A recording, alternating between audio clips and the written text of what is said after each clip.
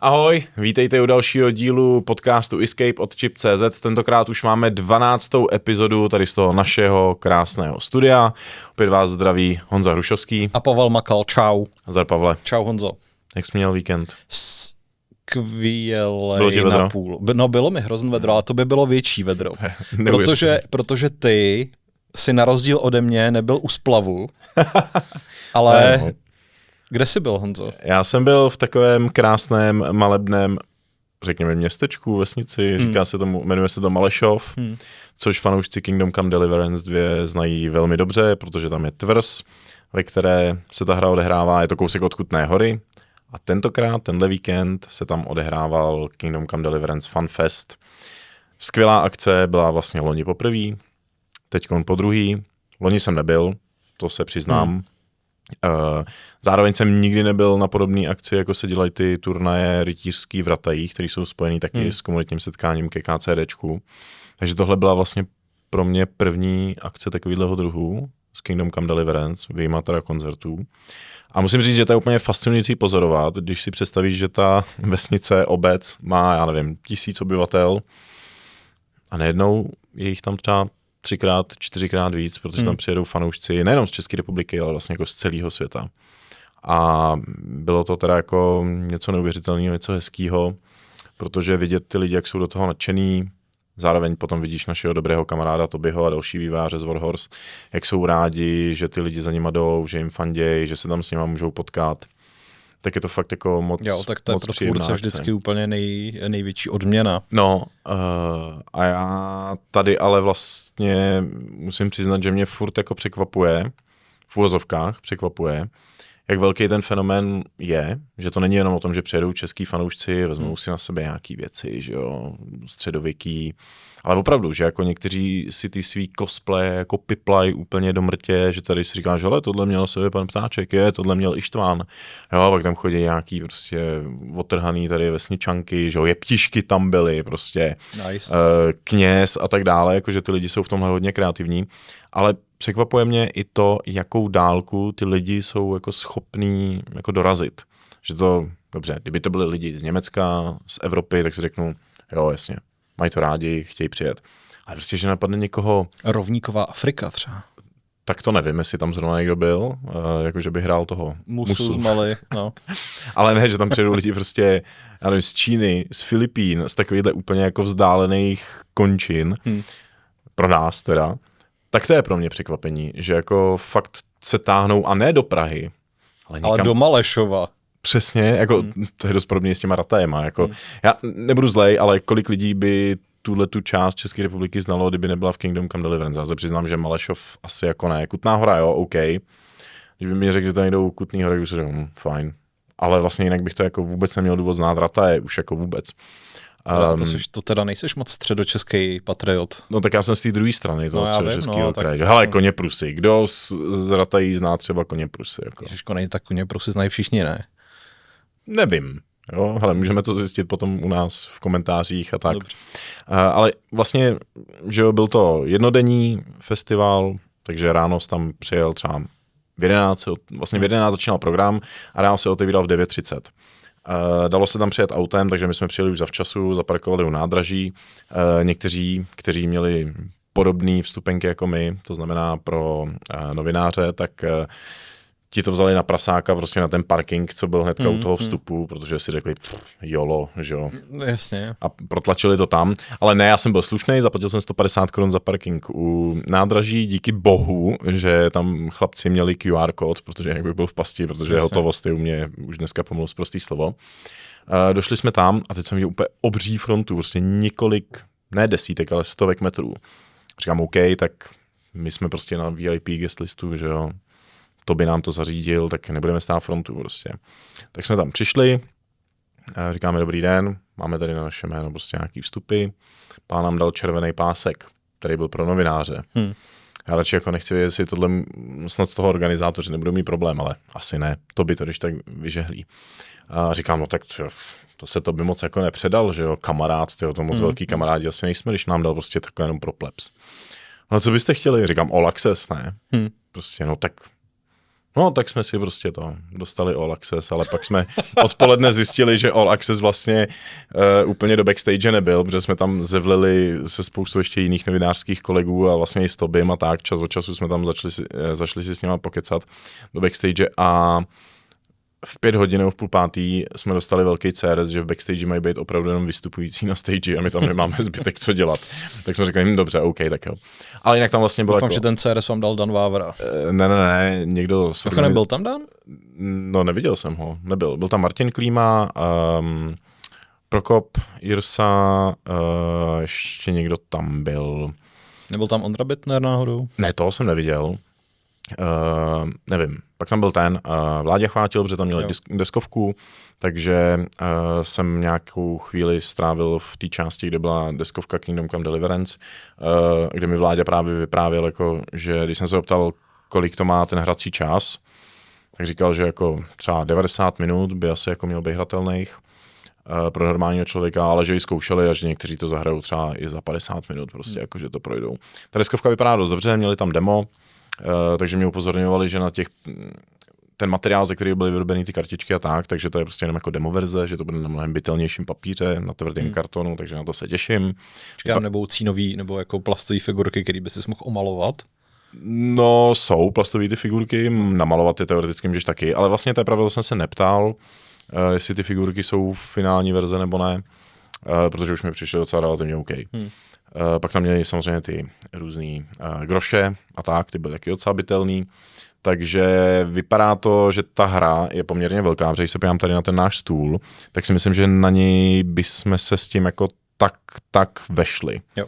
Že ta hrací plocha je fakt velká, je tam toho spousta a co jsem v té rychlosti a ještě podle toho, co jsem viděl, jak tam ostatní hráli, tak jo, pozor, ještě 90 minut bylo jenom to demo, jo, mimochodem. Jo, aha, dobře. Bylo skoro až 2hodinový takhle. Že ta samotná hra bude asi mnohem jako větší. A hlavně půjde hrát různýma možnýma způsobama, že pokaždý si řekne, že ty věci, ty questy chceš plnit trochu jinak. Takže na to se taky těším. Ale vlastně zpátky k tomu fanfestu, byla tam stage, byla tam spousta jídla, měli tam vepřový koleno na grilu, kuřata, takový ty malý, takový ty francouzský, nebo jaký jsou, že jo. K tomu si jako přílohu měl kroupy, jakou zeleninu, měl tam 2 druhy piv, jsem rád z malšovského pivovaru samozřejmě, protože tam je pivovar. A navíc Warhorse s nima mají dlouhodobě už jako spolupráci, že už vlastně dávno, už během jedničky, když se dělala. Ale chci říct, že u piva vybrali jako docela dobrý druhy. Vybrali nějakou, teď nevím, jestli to byla IPA nebo APA, no prostě 7 a 9 stupňový pivo. Takže vzhledem k tomu, že venku bylo brutální vedro, tak to bylo chytře udělaný, protože dá tam prostě nějaký ležák, tak ty lidi jsou po 3 pivech úplně totálně jako kantáre mrtví na zemi a no, dopadlo by to ještě hůř než Bohuta nebo pan Ptáček v jakýkoliv hospodě. Takže vlastně tam byl program na stage, byly tam spousty jiných jako takových questů, který si mohl dělat. Bylo to fakt jako dobře strávený den, ale to vedro, tyjo, to bylo jako fakt mega humorný, protože tam se moc nedalo kam schovat. Byla tam chill zóna, tam si mohl počilovat, sednout si do takových těch, jak máš takový ty sedací vaky, ale musíš se nejdřív nafouknout. Tím, že je vezmeš, takhle s nima chmátneš nějak, jako nabereš ten vzduch, zauzluješ to a potom máš ten sedací pytel. Takže to jakoby igelitový pytlík, akorát. No, ano, ale ono to chce nějaký skill, já jsem to neskoušel, protože už kdysi dávno to někdo z naší rodiny pořídil a když jsme to zkoušeli u nás na zahradě, tak to dopadlo jako hrozný fiasko. Ono z toho totiž může být docela i velký lehátko, když máš dobrý vítr, ale jo. To máš spíš u moře a ne prostě v Malešově na tvrzi, kde nefouká jasně. Ani větřík. Takže tam si mohl počilovat, potom si mohl chillovat u rybníčka, že jo, prostě, nebo nádrž, já nevím, co to tam je. Jo, byl to jako hezky strávený den a myslím si, že Warhorse vlastně jako docela dobře budujou kolem toho tu komunitu i po tom, co to vyšlo, ale i když samozřejmě my víme, že bude ještě nějaká třetí hra, nechci říkat třetí díl, protože kdo ví, jestli to bude Kingdom Come Deliverance 3, nebo jestli to bude Kingdom Come whatever, nevím. Takže vlastně to jako docela dobře budujou a myslím si, že i další roky se to tam jako může odehrát, protože by byla škoda, že jo, tam ty lidi nedostávat dál. A je vidět, že to baví prostě jako všechny. Jo, jak toho majitele té tvrze, který vlastně jako to tam všechno organizačně zaštiťoval, co jsem pochopil, tak i prostě kluky a holky z Warhorse, protože prostě co vlastně může být jako lepšího nebo větší takový jako zhmotnění toho snu nebo splnění snu, když uděláš hru a pak ona se z toho vlastně virtuálního světa opravdu jako promítne do té skutečnosti. To je rozhodně skvělý. Já teda musím říct, že jakkoliv chápu, nebo z pozice Warhorse bych asi jako si to taky užil, ale jako běžný návštěvník to není akce pro mě.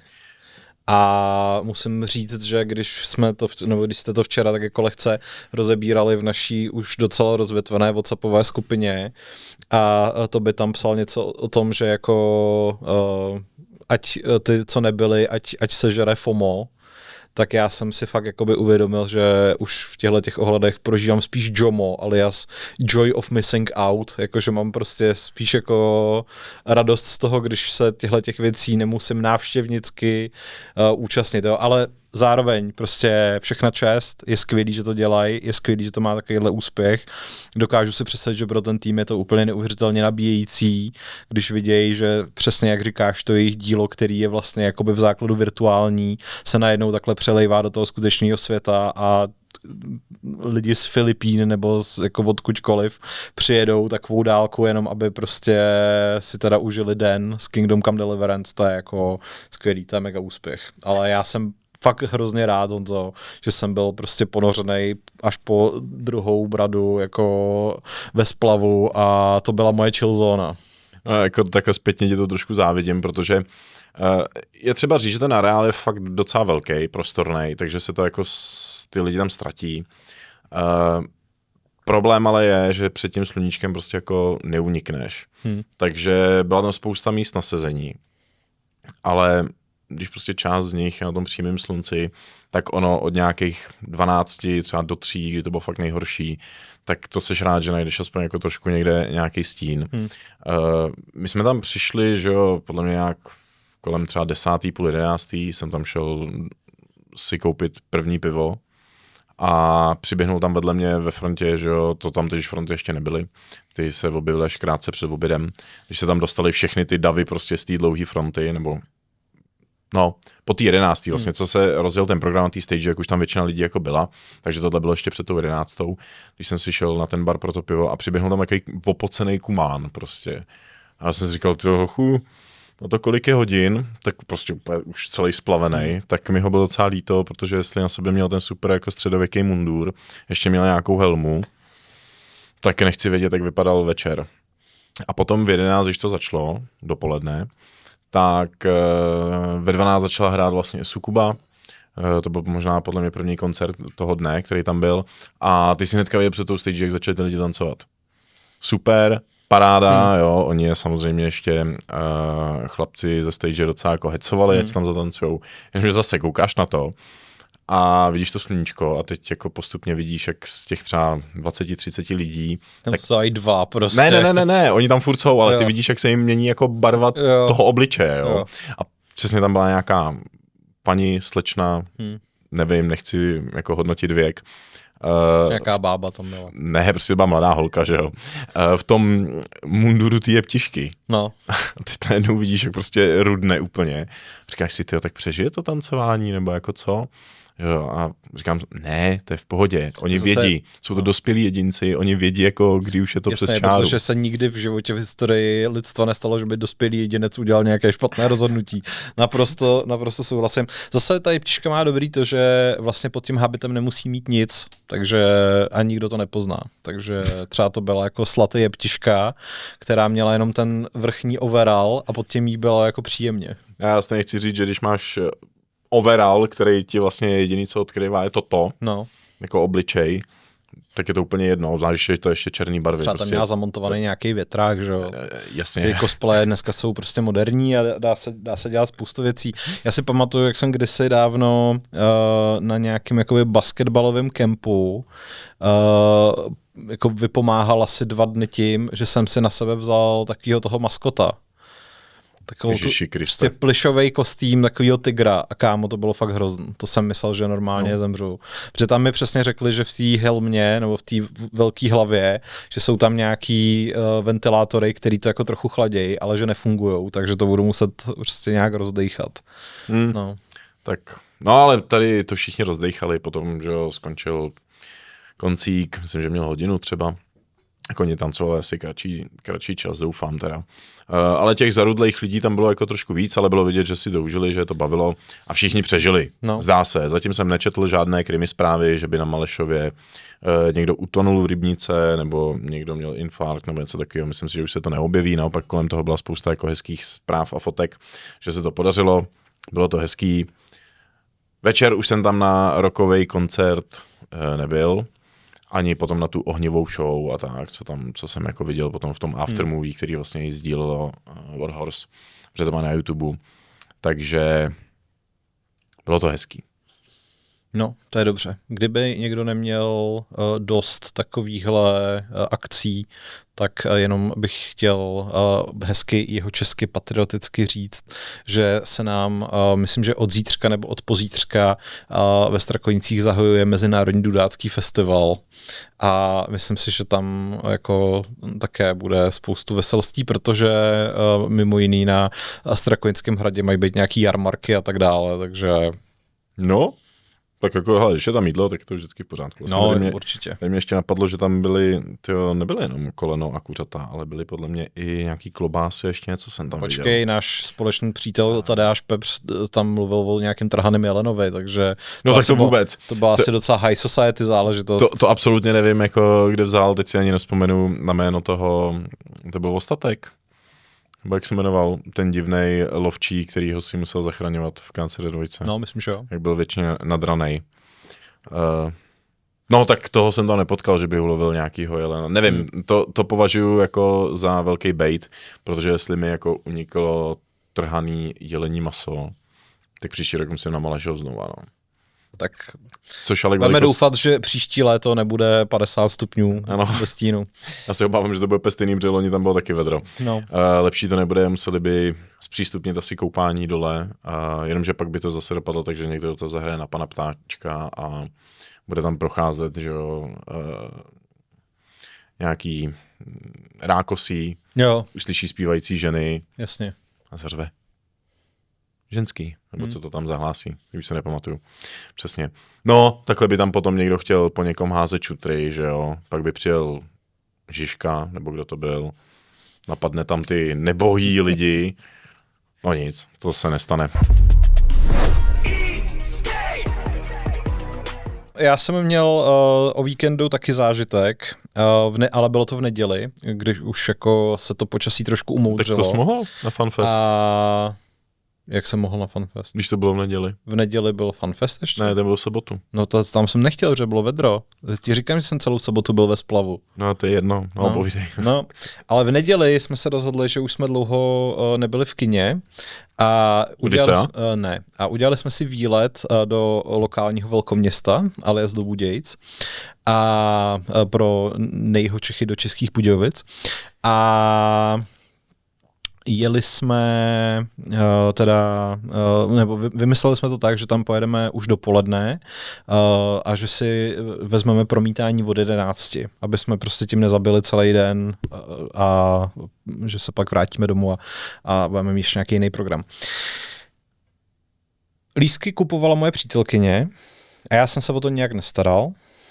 A přijeli jsme tam, zvolili jsme výjimečně obchodní centrum IGI, nebo jak se tam jmenuje, kde vždycky kupuje příšerné parkování a to, ale byli jsme v jiném kině, který je prostě tak jako na takové periferii, whatever, to je jedno. A vlezli jsme tam, moje drahá se šla ještě podívat tam po nějakých krámech a já jsem šel do lobby toho kina a koukám tam takhle na ten seznam těch filmů, který se promítají a budou promítat. A vidím 11:00, jeli jsme na Spidermana, Spiderman dubbing. ne. Kdyby jsme se tady o tom pár dílů zpátky nebavili, tak bych tu historku vlastně asi ani jako nezmiňoval, jo, protože ale kamaráde, já jsem viděl novýho Spidermana. Dubbingu. Ale viděl jsem ho v dubbingu. A kdo dabuje toho Spidermana? Je to Myšík? Je to Adam Myšík. Je to tak. To je dobrý, ne?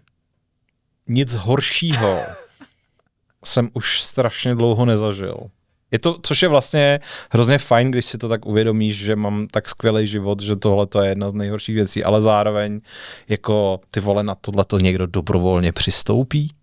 To je fakt strašně. Jako dobře, ale jsou lidi, kteří se na to pak takhle koukají i doma. A když to běží v té televizi, tak proč ne, no? Stejně mezi tím máš ještě 30 reklam. No, to je vlastně asi pravda. To jsem si uvědomil, nedávno jsme byli na návštěvě a tam jako běžela televize a my doma nemáme jako klasickou televizi, jako klasický vysílání prostě. Jo.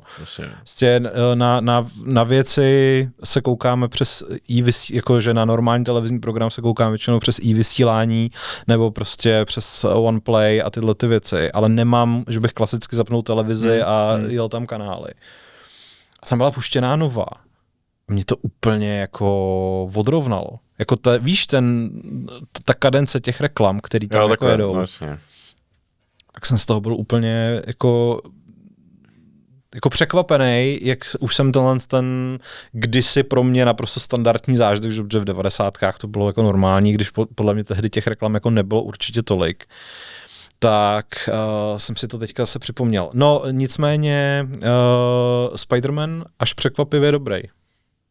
Až na ten dubbing. Až na ten dubbing. Jako ten dubbing to srážel strašně, víš, co jsem si když uvědomil, že já jsem v určitý době měl ty Marvelovky docela dost rád. A postupem času, a myslím, že s tím jako začali s tím Strážci galaxie, pak to pokračovalo přes Ant-Mana a potom se to přelilo úplně do všeho a začalo to být čím dál tím víc razantní. Že ta Disneyfikace toho Marvelu zapříčinila, že jako všechno muselo být hrozně vtipný, každá věta musela být prostě, aby vyvolala od publika nějakou reakci a mě to začalo strašně štvát. A tenhle ten Spider-Man sice má nějaký jako humorní momenty, ale vlastně mě překvapilo, jak je, a ještě na poměry Spider-Mana, kde se vlastně ten humor jakoby dá očekávat víc než, já nevím, let's kde jinde, tak je vlastně poměrně jako ponurej je možná až příliš jako tvrdý slovo nebo silný slovo. Ale že vlastně to tady udrželi jako hodně na úzdě a vlastně se tam řeší docela smutné věci a byl jsem s tím spokojený, ale uvědomil jsem si, jak ten český dubbing tomu tu vážnost hrozně bere. Samozřejmě, no. Jak prostě ty repliky, které v té angličtině by jako působily nějakou váhou, tak v tom dubbingu úplně ztrácej ten. A zároveň mě teda hrozně přišlo, že ta estetika celková, a tím myslím prostě, já nevím, těch jeho věcí, který používá takhle, se strašně blíží hrám od Insomniacu, že tam jako probíhá nějaký takový jako spojování toho. A teda ještě bych si chtěl strašně postěžovat, já jako úplně nenávidím toho moderního marvelovského Punishera a prostě bych si hrozně přál, aby už mi to nedělali, protože já jsem jako historicky obrovským fanouškem té postavy a to, co z ní dělají, tak to mi to prostě není špatně. Úplně všechno. Jednak Joe Bertal je jako mě úplně mimořádně nesympatický, to jako k málo komu chovám takovou nesympatii, jako je on. A konkrétně tady v tom filmu je vlastně on velkou součástí těch jakoby humorných momentů a já prostě nechci, aby z Franka Castla někdo dělal jako divnýho Quirky Straidu, prostě, který teda občas vytáhne kulomet a začne do někoho střílet, ale prostě ne, no. Takže to jsem jenom chtěl říct, že odříkaného chleba největší krajíc a že když jsem se tady minule rozdurďoval nad dubbingem ve filmech, tak teď jsem to dostal úplně jako frontálním útokem přímo na komoru. No, já se přiznám, že o dubbingu Adama Mišíka ve Spider-Manovi jsem se dozvěděl vlastně před lety, když vycházel Spider-Man 2 na PlayStation. No. A my jsme šli, Sony dělalo akci v kině v Praze s tím, že tam právě Adam Mišík a ještě někdo bude hrát toho PlayStationa na tom toho PlayStationovýho Spidermana, bude to hrát na velkém plátně. A bude to jako dabovat, to by bylo úplně... To už bych se asi podřezal ty žíle. Jako. A vlastně mě to vůbec nepřišlo špatný.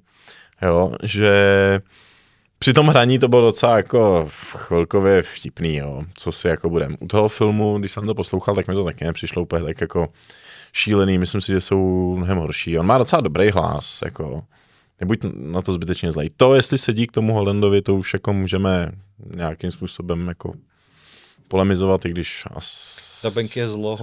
Není.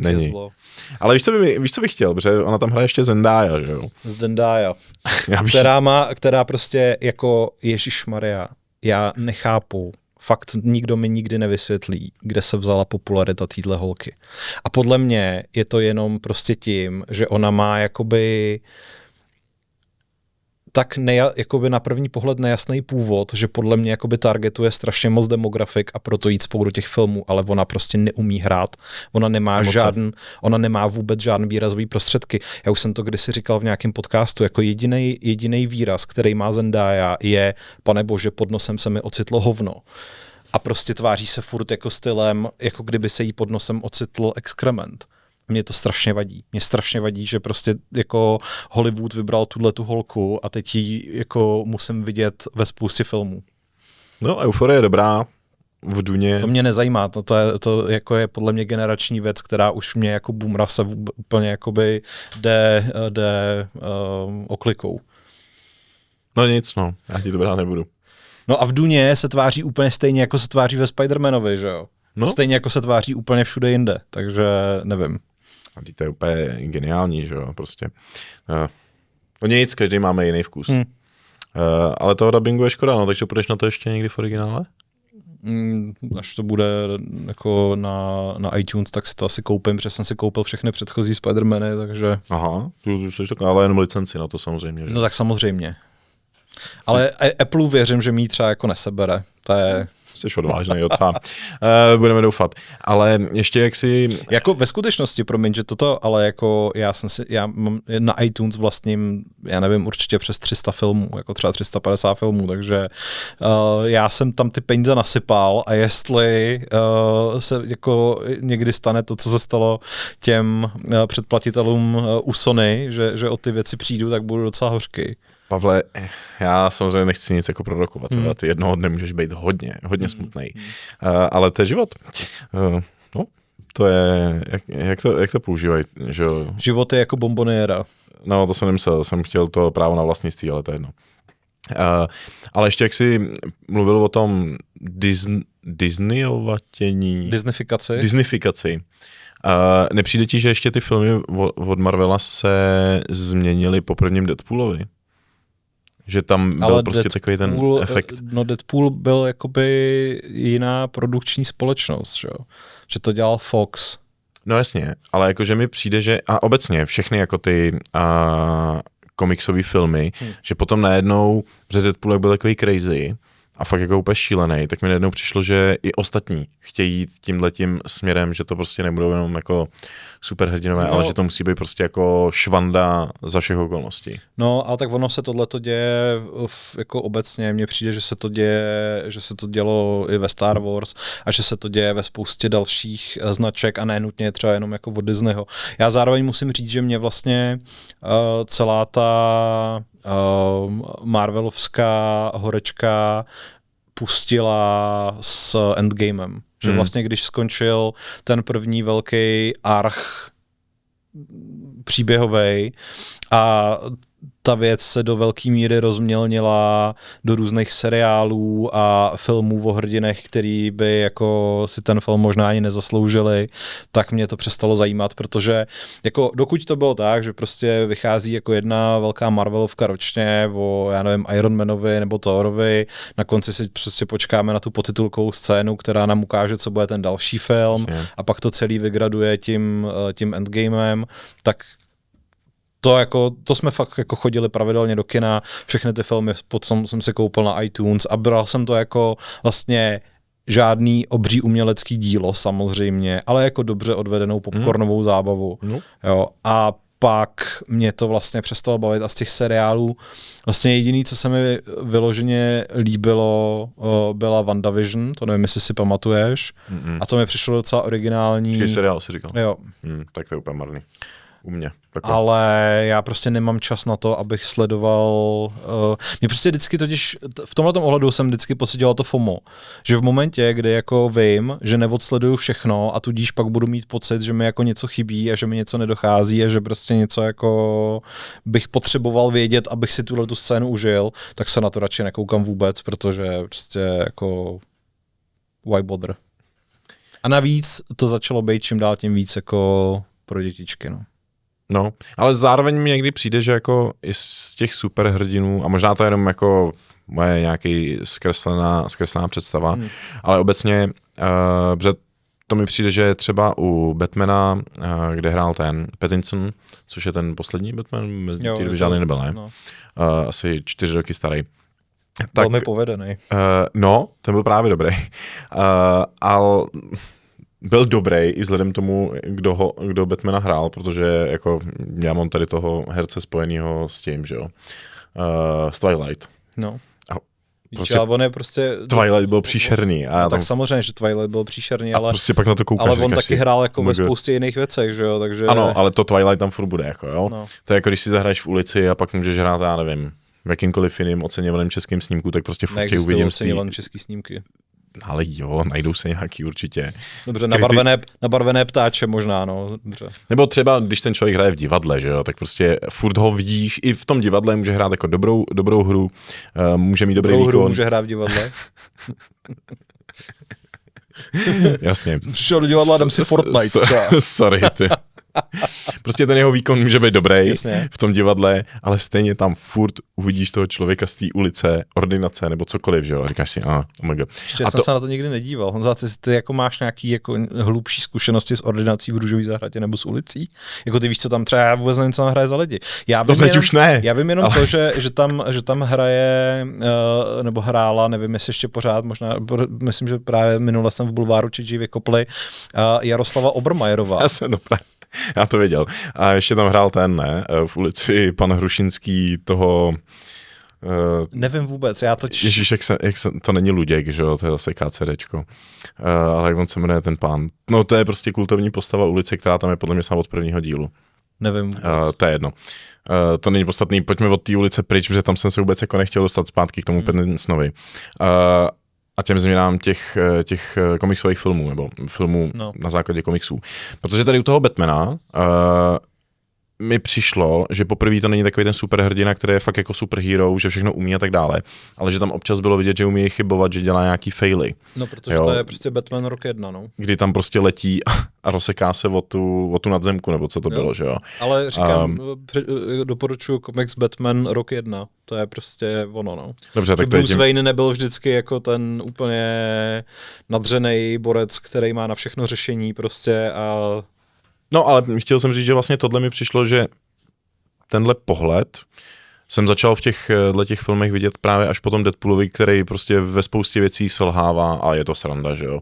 A říkal jsem si, jestli náhodou prostě ta změna toho, že už to nejsou prostě jenom nabušený superhrdinové, jestli obecně nějak jako se neprolíná celým tím komiksovým světem. Jako Deadpool prostě rozhodně nebyl film pro děti, že jo. To jako... No nebyl, že jo, no, ale pravda potom všechny, nic, no.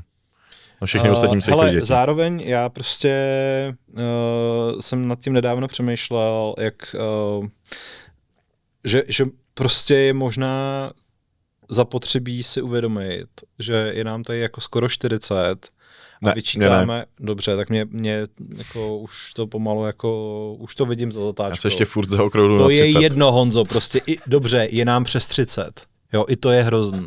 A bavíme se tady o tom, jak nás štve, že filmy, které by jako měly být pro děti a mládež, nejsou pro nás. Tak možná, že prostě to je ten problém. Víš, že bychom si měli vytáhnout ty hlavy ze zadku a najít si prostě věci, které jako jsou skutečně pro nás. A pak je samozřejmě ten druhý pohled, že jako my jsme na těch věcech vyrostli a zároveň ty věci taky vyrostly na nás. Že my jsme byli ty, kteří jako jim dali ten, jak to říct, my jsme je vystavili na ten piedestal a díky nám prostě třeba jako to. jak to říct, takže když ti teďka někdo, já nevím, to je zase prostě ta druhá věc, že jsem se setkal jako s takovým tím názorem, že ty herní série se prostě jako musí přizpůsobit modernímu publiku a že jako boomeři jako buďte sticha. A já říkám jako fair, ale my jsme ty, díky kterým prostě některé ty série tady do dneška jsou, protože jsme je prostě měli rádi celý roky a teď najednou zjišťujeme, že nejsou pro nás. Na druhou stranu dospělá a rozumná reakce je fajn, tak já jdu pryč, prostě není to už to není pro mě. A mohu si raději zařídit svoji dílnu a tam dělat věci ze dřeva, protože to je ta skutečná jako zenová zábava. To teda, já bych chtěl ještě tomu mladšímu publiku teda poznamenat, to už jsme taky v některých dílech řešili, že vlastně mladší hráči... Mladší publikum tady mimochodem můžeme i urážet, protože ty se na nás určitě nedívají. To je pravda, díval jsem se na statistiky a máme nejsilnější skupiny 35 až 44. Vůbec se nedivím. To jsou moji hoši, prostě 35 až 44. A myslím, že potom 25 až 34, takže furt jako ty, co jsou pod tím, dobrý, ty můžeme urážet, dobře, to neděláme, my jsme slušní lidi, my neurážíme. Ale chtěl jsem říct, že mladší hráči vlastně tolik nehrajou ty singleplayerové hry, ale hrajou víc ty multiáky, že jo? No. Takže vlastně, jak by se měl přizpůsobovat tím, že uděláš teda multiák, jo, tak to ne, prostě. Tak to hrát nebudou, že jo, ten single. Uděláme to pro ty boomery starý, co už jim táhne na 40 a díky nim jsme vybudovali naše franšízy. Hlavně, jako všichni by na tom vyhráli, jo, protože ty boomeři, jako my, prostě nemají čas na ty 100-hodinové hry, že jo, takže by měli prostě příležitost dělat jako kratší, koncentrovanější hry na 10 hodin, všichni by byli spokojení prostě. 10 ne, tak třeba 25. Ty jsi blázen, prostě kdo má čas hrát hru 25 hodin. To dáš za 2 víkendy, to je v pohodě. No. Je to vlastně hezký oslý můstek, Honzo, k dvěma hrám, který jako možná, nebo tak minimálně jedna z nich na těch 25 hodin asi bude minimálně. No já jsem teda myslel, že to je ještě oslý můstek té Mafii, kterou jsme rozebírali v livestreamu. Jo. A protože ta rozhodně jako 25 ani 10 hodinová není. Hele, tak jako na druhou stranu, když vezmeš v úvahu ty challenge, který tam jsou, tak některý můžou být dost vypečený a třeba tam jako strávíš 100 hodin, že jo, když budeš levej jako já. No to mě právě zajímá, že jo, protože my jsme v livestreamu minulý týden řešili to, že druhý den v pátek, to znamená vlastně před týdnem, vychází první a zdá se, že asi i poslední DLCčko do Mafia Domovina, jmenuje se tomu Štěstí, která láká na návrat Ennio Salieriho, návrat, spíš na objevení toho, co se tam vlastně jako stalo. A že poznáme tu jeho historii, než odjel do Ameriky a tam se stal tím váženým Donem Salieriem a začal vraždit všechny v Lost Heaven a tak dále. A já jsem to samozřejmě nehrál, nechal jsem to na tobě, protože jsem si říkal, nechám si to na Indii. Já hlavně tu hru nedostal. To je taky pravda. I když já jsem si o ní napsal a asi kdybych byl prostě jako drzej a řekl bych, hele, tak co je s tím kódíkem, tak on by mi třeba přišel. Jo. Ale já jsem byl takový, že jsem viděl, že ty to máš a zároveň jsem slušný hoch, který se nerad jako v tomhle připomíná, že by dělal takový to jako a nezapomněli jste náhodou na mě a pak bych to nehrál, že jo. I když asi vzhledem té časové náročnosti. A tak zrovna tobě se přece Mafia Domovina jako hodně líbila. Jo. Takže... Já tu hru mám rád prostě a i navzdory tomu, že jsem potom po tom livestreamu, že jo, ty jsi to samozřejmě vyhejtil z nějakého důvodu, i když samozřejmě v uvozovkách. Můžeme se ještě jako, nebo ne, to je na úplně jinou debatu. Mě hrozně vadí, jak se dneska, už je to hrozně dlouho, jo, když řekneš jako cokoliv z tak si řekne, že to hejtíš. No, tak samozřejmě, myslím to jako... Byla to konstruktivní kritika. Ano, dobře, tak z toho konstruktivně skritizoval, ano. Ale jiní lidé v komentářích psali, že to je prostě jako strašně lineární, vlastně souhlasili s tím, že to je naskriptovaný až moc, což jako je pravda, že třeba v tom závodě, ale třeba ten závod, který tam je, byl potom i naskriptovaný už třeba v definitivní edici Mafie, co je vlastně ten remake tak jedničky. Tak to nebyl, kámo, to tě můžu ubezpečit. Ale v každém kole se tam stalo to samý. No, fajn, to si nepamatuju, a to dost ale jako tomu, abych se dostal dále. Pravda je, že já jsem tu definitivní edici jedničky, tak tu jsem hrál na tu jakoby, já nevím, jak se ta obtížnost jmenovala, byla to ta realistik, nebo jako ta... No je tam klasik. Klasik, tak. To je ta původní z jedničky. Tak, tu prostě to původní. A tam teda jako, myslím si, že ten závod nebyl tak těžký jako v původní jedničce. Nebyl. Ale rozhodně teda, jako jsem ho neprojel na poprví. No to já taky ne, ale chci říct, že během toho závodu, a teď se bavíme o Mafii 1, teda ne o domovině, se tam každý kolo odehrajou události, které jsou stejný. Jo, když jedeš, já jsem potom vychytal, že když v druhém kole se držíš v top 3, tak to vyhraješ. Protože vždycky před tebou někdo odpadne. Myslím, že v předposledním nebo v posledním kole se stane, že za tím esíčkem, který tam je, tak tam stojí hasiči, že hasí nějaký jiný auto. To tam je prostě jako úplně nesmyslně naskriptovaný a tak. Nebo že se někdo vybourá ve třetí zatáčce, podle mě v prvním kole. To je taky vždycky stejný. A je to někdo z hlouby pole, že jo. Horší je, když se ti připlete pod kola, no, protože si blbě odstartoval. Takže chci říct, že některé věci byly naskriptované už v té definitivní edici, takže tady mi to jako v té domovině nedráždilo, ale samozřejmě chápu ten point toho, že to prakticky nejde jako prohrát. Jo, to je pravda, to už jsme si zhodnotili. Ale teď tam přichází to DLCčko, nebo přišlo, muž cti, tak mi řekni, co tam dělá pan Salieri. A neříkej, že nic. No nic moc. Pan Salieri se prostě jednoho dne zjeví. Jen tak, z čistého sna. No v podstatě ano. Je to tam, myslím, zaobalen tak, že se zrovna koná nějaký festival v tom údolí a že to je prostě ten okamžik, kdy Don Torisi přijímá vlastně kohokoliv, kdo k němu přijde a projeví mu laskavost. Nebo jako slíbí mu laskavost. Je to úplně to samý čet si Kmotra? Ne, jo, čet, ale nedočet jsem ho. Dobře, ale Kmotra začíná úplně vlastně stejným způsobem, že k němu chodí ty lidi a prosí ho o vyřešení svých problémů. No a jedním z těch lidí, kteří se tam ukážou, je právě i Salieri, který ho zrovna propustili z vězení a který se potřebuje pomstít svým 2 společníkům, který ho obrali o peníze, který se vlastně jakoby ulil předtím, než šel do toho vězení. No a tohleto se prostě to DLCčko je zasazený normálně do děje hry. To znamená, že se ty mise odehrávají někdy po 5. kapitole, což je zhruba ta doba, kdy vlastně ty se staneš členem rodiny. Kdy jako už tebe není jenom ten jako pohůnek, hej, nebo který kutá síru, ale prostě už tam máš nějakou trošku jako silnější pozici. Ale z logiky věci samozřejmě to taky znamená, že to DLCčko nemůže mít žádný vliv na ten příběh, protože ono je tam prostě vsunutý, to znamená, že jakmile skončí, tak ten příběh, který už je samozřejmě jednou napsaný, jednou hotovej, tak se vlastně vrátí zpátky do těch kolejí, který měla domovina před tím rokem. A čili, to odpovídá na tu tvoji otázku, ano, Salieri, kde se vezme, tu se vezme a pak zase prostě vyšumí vlastně do ztracena. Jo. Já jako chci říct, že to DLCčko stojí prostě 10 eur. 250 korun. A vyjma těch 2 příběhových misí je tam jako relativně hodně různých dalších jako věcí. Samozřejmě jsou tam teda to si myslím, že je největší bonus, jsou tam ty věci do té volné jízdy, nový challenge, jsou tam nový zbraně, nový oblečení, nový přívěsky na ten váš krucifix, teda na ten, no je to, ne, počkej, jak se mu říká, růženec.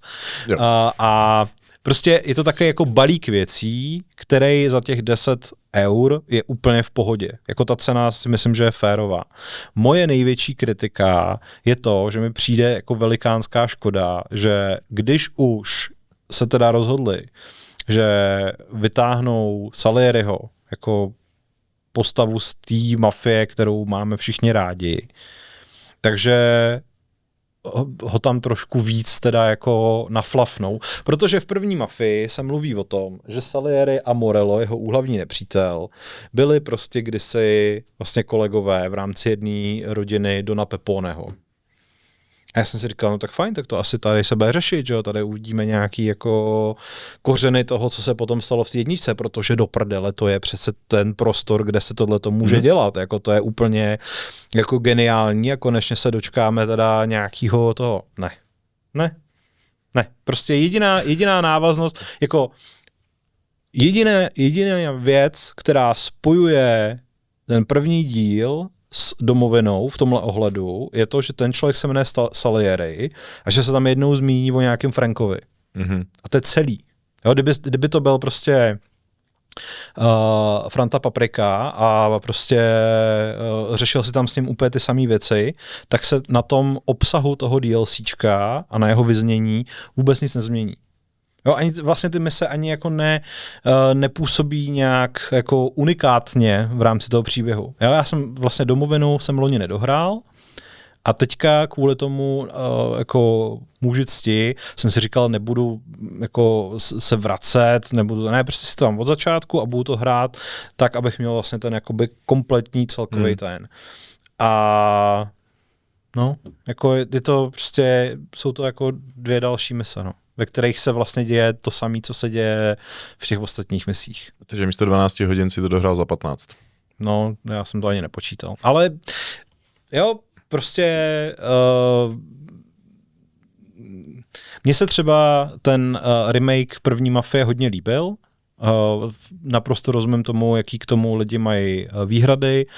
Jsou tam prostě věci, které jako asi bych taky si dokázal představit, že budou udělaný jinak, ale jako já si tu první Mafii, jako tu první Mafii pamatuju velmi dobře. Jako hrál jsem jí, když vyšla, hrál jsem jí od té doby mockrát. Prostě, jak jsem psal v té recenzi, znalost této hry je braná jako součást taky té jako Kinderstube českých hráčů. Kinderstube. A že to je hezky. Italsky se to naučí ještě. No, to bych rád. Ale ten remake mi nějak nevadí, prostě on nám tu starou hru nebere, že jo, jenom ji prostě dává do nového světla a zcela upřímně, kdybych si jako dneska chtěl připomenout první Mafii, tak si spíš zahraju ten remake než tu starou verzi. Chápu, že to pro někoho může být jako velikánská svatokrádež, ale jako já zase na tu nostalgickou vlnu už nepotřebuji úplně naskakovat a je pro mě pohodlnější se zahrát hru, která jako dneska moc hezky vypadá mimochodem. A jako záleží, no. Když bych si chtěl zahrát původní jedničku, tak právě kvůli tomu, jaký tam je to chování těch zbraní, gunplay a tohle, protože to je a pohyb té postavy, ten je vlastně trošku jiný, než potom v tom remakeu. Jo, tak ten remake je vlastně podstatně akčnější. No, přesně, je to takový svižnější. Zabiješ tam mnohem víc lidí, že jo, samozřejmě taky. Jsou tam červený barely vybuchující? Jsou, no tak. Ale ne, jako chci říct, že vlastně ta jednička je prostě ještě jako odpovídá, když vezmu z hlediska stříleček tomu té době, jak prostě střílečky fungovaly, že to nebylo ve stylu, že se někde jako vykloníš, za něco schováš, ale prostě musíš tam tím, že jo, pokud hraješ na klávesnici, jako jsem hrál já, tam prostě pomaličku mačka tam to VASD a tak jako trošku se tam posouvat na pixely za ty rožky a tak. To u těch moderních her vlastně neřešíš, že jo, schováš se za nějakou překážku, vykropíš to a jdeš dál. Ale ještě zpátky k tomu Salierimu. Jako, jasně, Morello je jedna věc, ale já si pamatuju z jedničky ten dialog, co má Tom s Frankem, o tom psovi. Vzpomeneš si na to? Ne. Tam, já teď už nevím, jak to přesně je, ale to je nějaká story a teď nevím, jestli to byl Frank nebo to souvisí s Morellem. No prostě Frank tam Tomovi popisuje, co Salieri udělal s nějakým jako psem, jestli ho potom jako nějak někdy... To je v první, jako v původní jedničce? No já myslím, že jo, že to je předtím, než jdeš do toho hotelu, ne? Zabít tu prostitutku. Ale já teď nevím. Tyjo, možná, že si úplně jako... To si myslím, že něco fabuluješ, protože nějaký to si jako nic o žádným psovi si nepamatuju teda. A řekl bych, že jako si teda z té jedničky pamatuju hodně. Pamatuju si z jedničky takový to jako, jak je tam popis Morella, že jak tam zastaví někde na těch světlech, on tam umlátí toho chlapa prostě. No jasně, to tam je vidět, že jo? No jasně, ale tadyhle příběh se psem, jestli to náhodou není v tom remakeu, protože remake jsem hrál asi jenom 2krát, takže... No ten já jsem hrál taky 2krát. No, a třeba si to pamatuješ z toho. Ne, blbost. To je jedno. No, prostě tohle mě mrzí, no, že tam vlastně ten příběh není víc jako rozvětvený, protože mě to vlastně na tom lákalo nejvíc. To, že konečně uvidíš něco, jak se ten Salieri třeba, odkud už zešel, jaká byla ta jeho motivace potom třeba přejet do Ameriky, že jo. No, tak ta motivace přejet do Ameriky je pravděpodobně to, že on jako prchá před zákonem, jo, to je jako jasně. Ale je to prostě hrozná škoda, jak ho vlastně odbyli. No. No. A přitom tady jsi měl jako svým způsobem volný pole působnosti, protože ty se nemusíš držet ty úplně původní jedničky. Protože že jo, samozřejmě u toho remakeu se potom řešily některé věci, že se tam něco jako lehce změnilo příběhově a podobně, nebo i vlastně charaktery těch postav, že najednou vyznívají trošku jako jinak. No ne, ty charaktery postav vyznívají jako úplně jinak. Protože třeba... nechtěl být tak drsnej, no tak jako třeba Paulí v remakeu je prostě psychopat, že jo? No jasně. To je prostě ještě je dost ošklivej teda na můj vkus.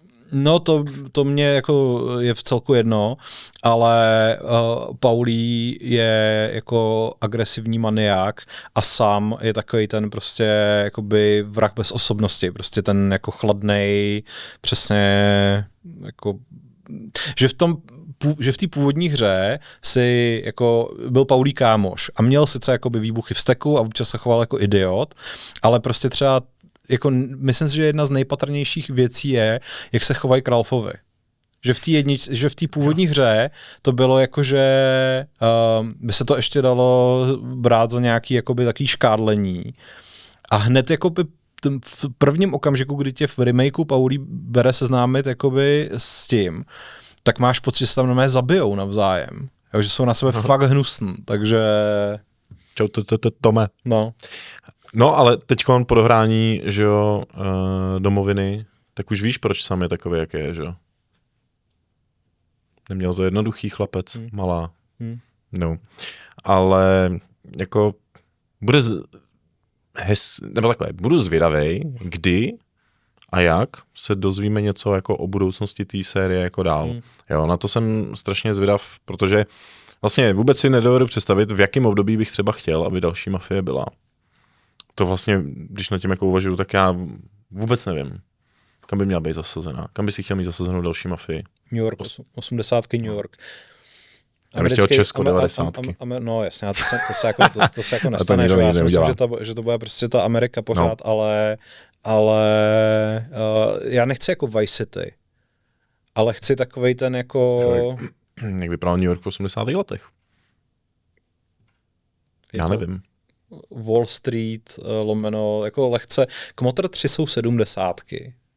Ale víš, takový ten moment, kdy jako fakt ta mafie už je hodně jako legalizovaná, řekněme, a není to už tato jako divoká doba. Mě by zajímalo, co by z toho vykřesali totiž.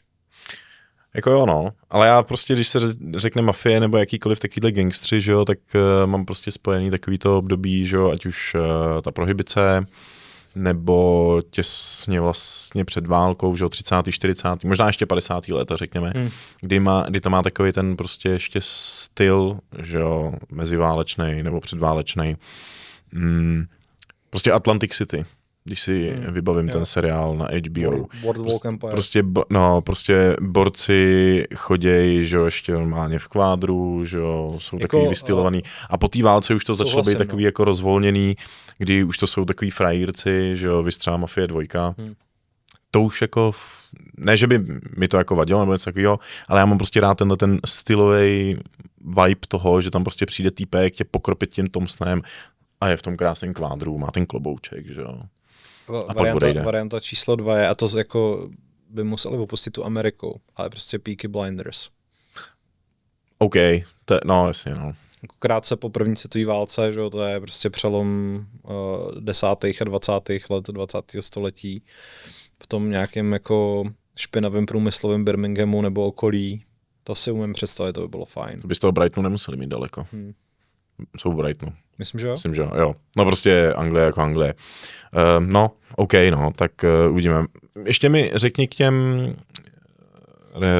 těm doplňkovým vlastně aktivitám v té volné jízdě. Tam totiž byly některý, že jo, limitovaný časem. Že si to jako dobře vybavu, že máš někoho, že tam jsou nějaký série vlny útoků, ty se máš bránit a je to nějak omezený časem, ne? To mě teďka úplně jako... No ne, nebo takhle obecně, hrál jsi to, jako věnoval jsi si jim nějak víc, nebo ne? Já jsem se jako, něco jsem vyzkoušel, ale musím říct, že jako primárně jsem se věnoval tomu příběhu, protože i jako nad rámec toho DLCčka jsem chtěl tu Mafii dohrát, abych jako jasně, to chápu. Měl ten kompletní zážitek. Mně tam totiž přijde ještě dobrý to, jak to okecávali, že jo, že ty v těchto aktivitách máš pomáhat Salieremu vydělat ty peníze na to, aby mohl odcestovat do té Ameriky. To mi vlastně přišlo taky, že je hezký. taková ta motivace toho, aby si furt v tom pokračoval dál, ale říkám si, no dobře, jak to pak skončí, zamávám mu, jak už sedí na lodi a něco takového. Nebo v tom příběhu to taky není, ne? Ne, v tom příběhu tam prostě přijde a pak zase zmizí. Jasně. Dobrý je, Honzo, že nás teďka čeká spoustu hezkých nových her a z nich některé už máme i doma. Je to tak, jsou to 2 hry. Možná bude ještě 3, že jo? Ty jsi chtěl ten Mortal Shell 2. Scháním to jak divej. Tak uvidíme, co nám dají vědět. Ale máme vlastně na recenzi Resonance A Plague Tale Legacy, což je prequel původního A Plague Tale... Resonance. Ne, Requiem. Requiem a... To druhý byl Resonance, ne? Ne, Resonance je tohle. A já jsem myslel, že obrátili názvy. Sakra. Ne. Bylo Requiem a... Neví Requiem to druhý? No, právě. Plague Tale Innocence. Innocence. Jo, ne, Innocence, Resonance. To je jedno. Resonance A Plague Tale Legacy máme tam teď nevím, to nevadí, to nemusíme ani říkat, to embargo, to si prostě počkají diváci, bude to někdy ke konci srpna. A pak druhý, který máme, je Dawn Walker. Takový další zaklínač od polských tvůrců. Oni by to určitě hrozně neradi slyšeli. Oni by to neradi slyšeli, ale všichni to říkají, protože to tak na začátku bylo vždycky rámovaný. Ale ne jima, že jo? No jasně, no. Hele, je to těžký, prostě seš jakoby, jak on se jmenuje, Konrád Tomaškevič, seš jeden z těch důležitých lidí, který odešli z CD Projektu, začneš dělat RPGčko, který se odehrává ve jako sice fiktivním, ale velmi, velmi evropským nějakým údolí, že jo. Já se zdráhám, jako má to být jasně někde jakoby v Rumunsku, že jo. Jako... Drákula. No. Už jsem si vzpomněl. Ten tam je vidět. A zároveň slibujou prostě možnosti rozhodování. Celý to nasvícení a barevnost té hry je taková jako Witcher 3 like. Aspoň z toho, co já jsem viděl. Bacha na NDAčko, ale. Z toho, co jsem viděl na obrázcích. Jo, dobře. A na videu. Já jsem vlastně Dawn Walkera, nevím, jestli jsme se o tom bavili, já jsem to viděl loni na Gamescomu.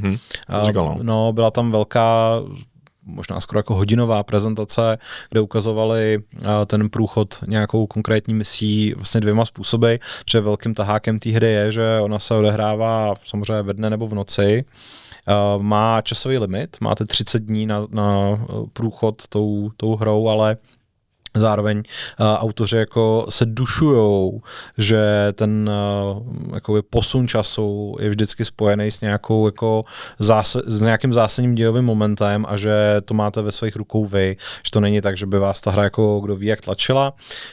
No a ten hlavní hrdina je v podstatě něco jako Blade, to znamená, že může, že prostě je jako napůl upír, že jo, taky. Takže je černej. Černej není, no. V pořádku. Pokračuj. Jak jako v pořádku? Počkej, to není dobré. Jako když řeknu, že není černej a ty řekneš v pořádku, to není úplně jako dobrý, jakhle v tom podcastu. No, to je jedno. Dělají to Poláci, ne? No. Jsou taky konzervativnější. Myslíš, že rasismus je konzervativní? Pojďme radši dál od toho, Honzo, nebo zase řekneš nějakou svoji kontroverzní myšlenku. Hele,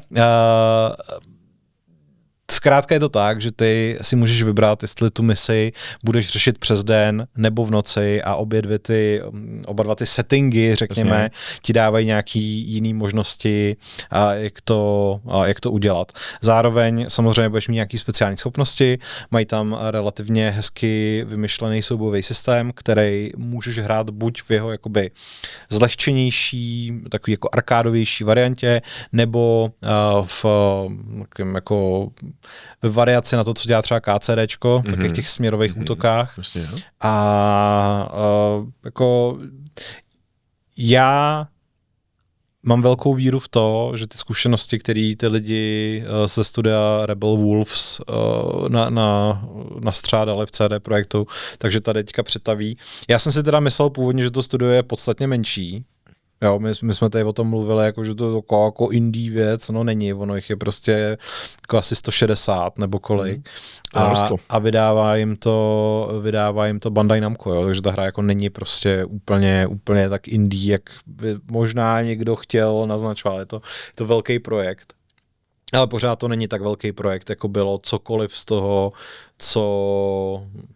cokoliv. Tak jako možná, že první Zaklínač byl podobně jako velký projekt. Ale chtěl jsem jako říct, že to nebyl tak velký projekt, jako cokoliv z toho, co v poslední době dělal CD Projekt. No.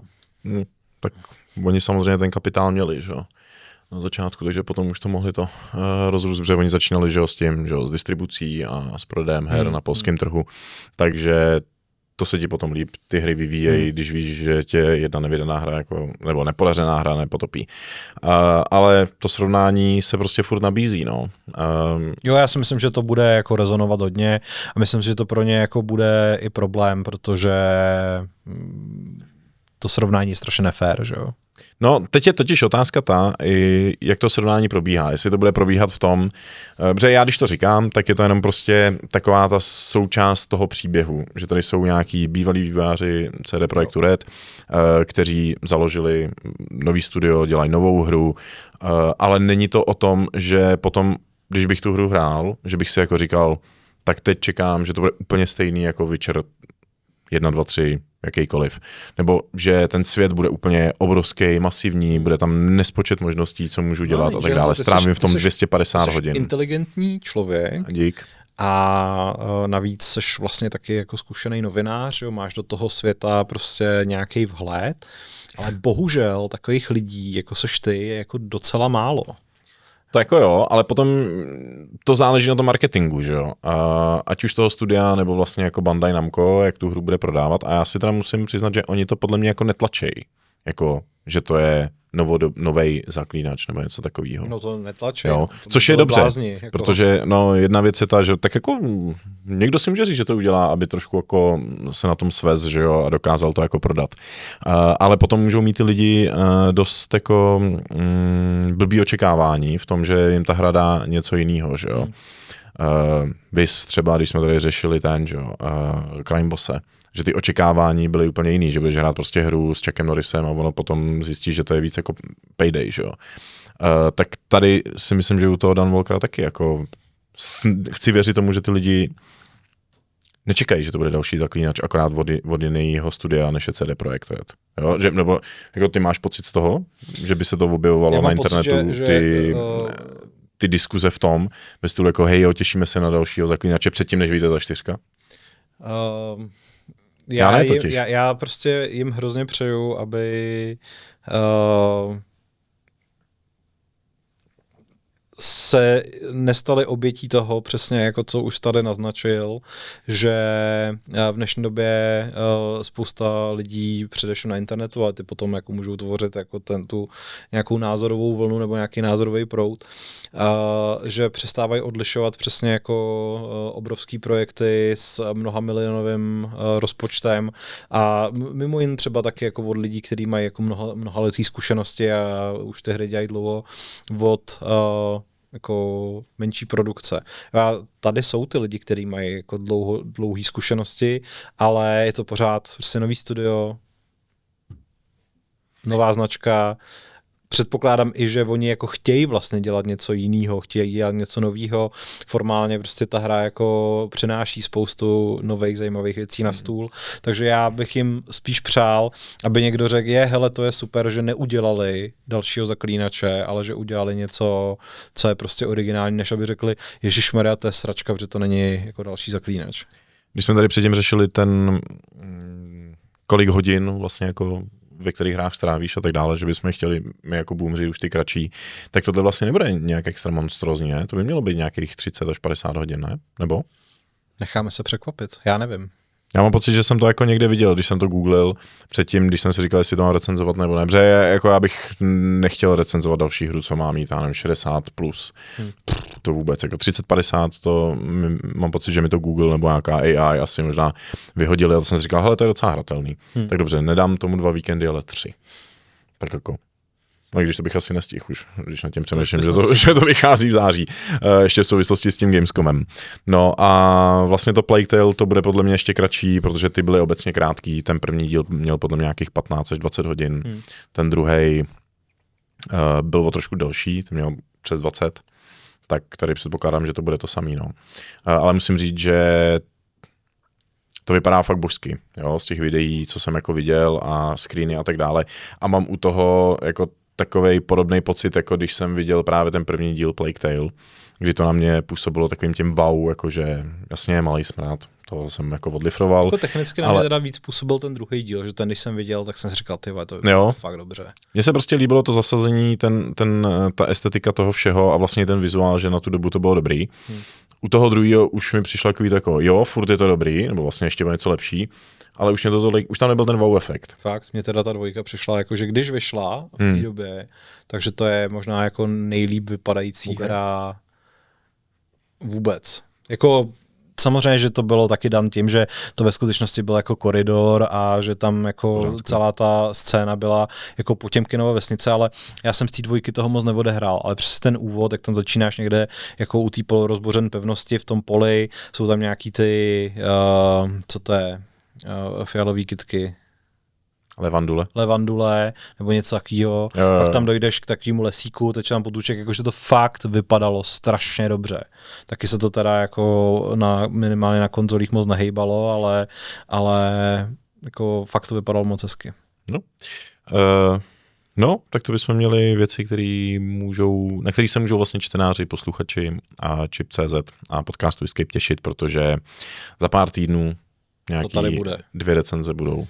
A taky se můžou těšit na to, že příští týden se budeme hlásit z Německa. Německa, přesně. A já bych chtěl upozornit, že žádný stream bez triček na gauči nebo něco takového nebude. Prostě ne, bude to hezky na slušňáky z výstaviště Kelmese. Dobře, tak jo. Žádný takový. Ne. No, každopádně ladíme nějaký harmonogram toho, kdy budeme mít schůzky, kdybychom chtěli vysílat, ale vysílat bychom měli asi podle mě tak kolem 6 hodiny večer, když to všechno skončí a než se tak rozhodně budeme náš klasický live díl ve čtvrtek večer. No jasně, to jako... ale tam nebude asi v těch 7. No jasně. Tam budeme se dát jako o tu hoďku dřív, protože myslím, že výstaviště je otevřený do 8, takže když bychom tam byli mezi 7 a 8. Čili to dáme pak z úbytka, to si blázen, to nebudeme dělat jako live podcast výstaviště, kde bychom tam... Ale máš tam pozvánku ve čtvrtek na Pearl Abyss akci. No, tak to budeme muset nějak zvládnout. To z úbytka nedáme, dáme to tam prostě. Aspoň tam lidi uvidějí ruch, uvidějí, jak je to tam prostě nabitý, jak je to já bych chtěl říct, že my máme na prd zvuk, i když jako oba dva jako sedíme u nás doma. Ale já jsem chtěl říct ruch, jako že uvidí, že to tam hejbe, že tam jsou jako tisíce lidí, že to je velká akce. Jo, ne to, že tam bude bordel, to vůbec ne.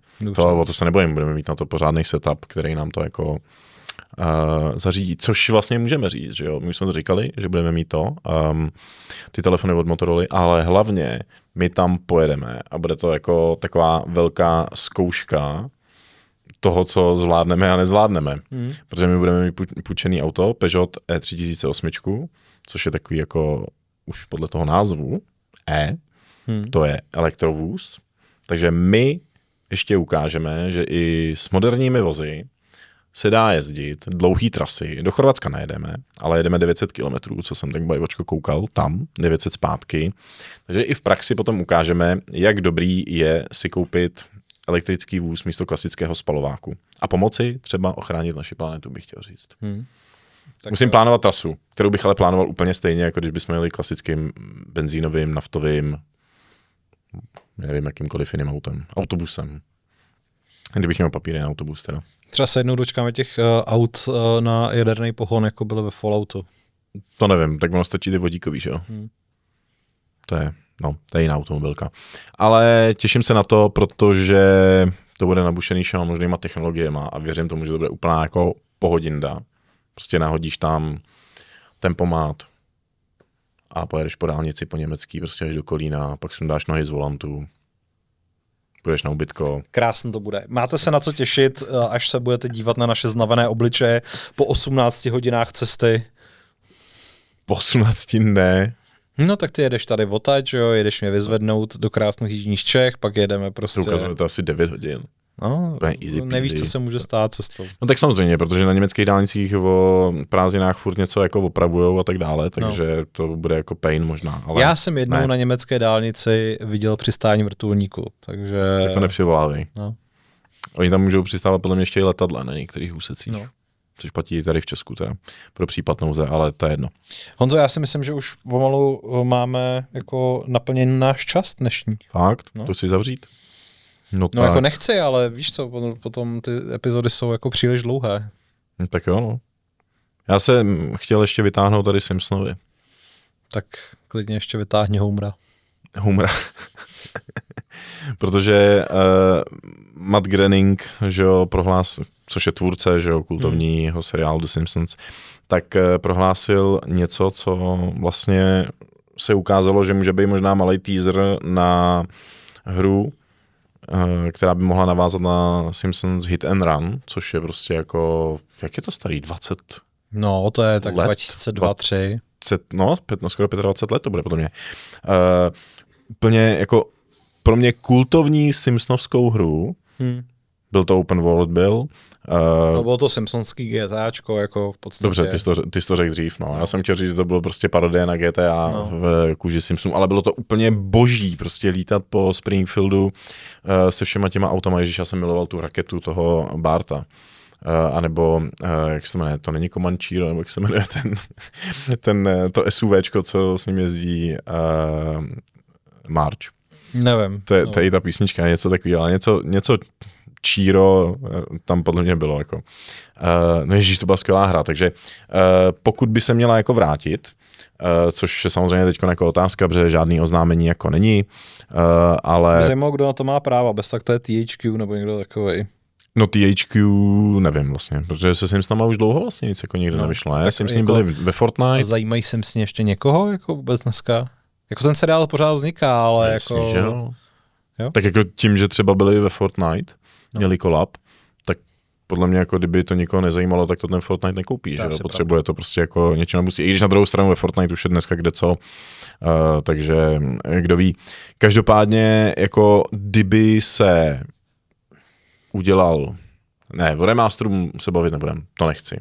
Kdyby se udělal remake, tyjo, tak jako já bych okamžitě už se na to těšil. Co GTA 6? To by mě přestalo v ten okamžik jako zajímat. No to až takhle, jo? Seš fanoušek Simpsonů. To není o tom, že jsem jako, ale jako jo, docela mě to baví, že je to sranda, ale máš v tom jako takovou tu nostalgii a prostě tady mám pocit, že jsem ještě jako, že jsem nedostal nic, co by mi jako pomohlo se vrátit do toho času, kdy jsem to jako ten teenager hrál na tom kompu. Strávil jsem v tom jako x hodin, protože jsem tam dělal hrozný jako kraviny. A u všech ostatních sérií se to stalo, že jo. GTAčka, tady máš X, Mafie, já nevím, Transport Tycoon, co mě ještě napadá, co mám, Age of Empires, že jo, nebo nějaký takovýhle RTS. Vždycky jako něco z toho jako dostaneš, něco nového, ale tady u těch Simpsonů prostě jako nula, pojďme. No, ono to vlastně vyšlo na PS2, takže, a já jsem hrál na PC, teda mimochodem. A je to z roku 2003. Takže pokud by se to dokázalo obnovit, tak by to bylo fajn. Mimochodem, když se spal na ty práva, tak to má Disney. Má práva na Simpsony. Jo, já myslel jako herní práva. Takže, no tu hru vydávalo Activision. Jo. I když tady byl ještě nějaký Vivendi. To je, no jasně. Takže to je součástí podle mě Activision, ne už. Takže no. Takže tak Activision, Blizzard, Microsoft, tak to bych si musel kvůli tomu koupit Xbox. Xbox, no, nebo PCčko, nebo bys to hrál na toustovači, no. Prostě, protože všechno je Xbox už dneska. Přesně, na televizi bych si to dal prostě přes cloud. No, tak jo, no, tak fajn, tak jsme na konci. Máme ještě nějaký hezký teaser. Xbox, sledujte nás samozřejmě. V úterý odjíždíme, ve středu, ve čtvrtek streamujeme, v pátek jdeme dom. Těšíme se. Na čipu toho bude spousta. Dávejte odběry na našem YouTube kanále. Už máme přes 2000 odběratelů mimochodem. To je skvělý. To je roste jako to opravdu raketově. Paráda. Tak poslouchejte náš podcast dál. Mějte se hezky. Zatím. Čau. Čau.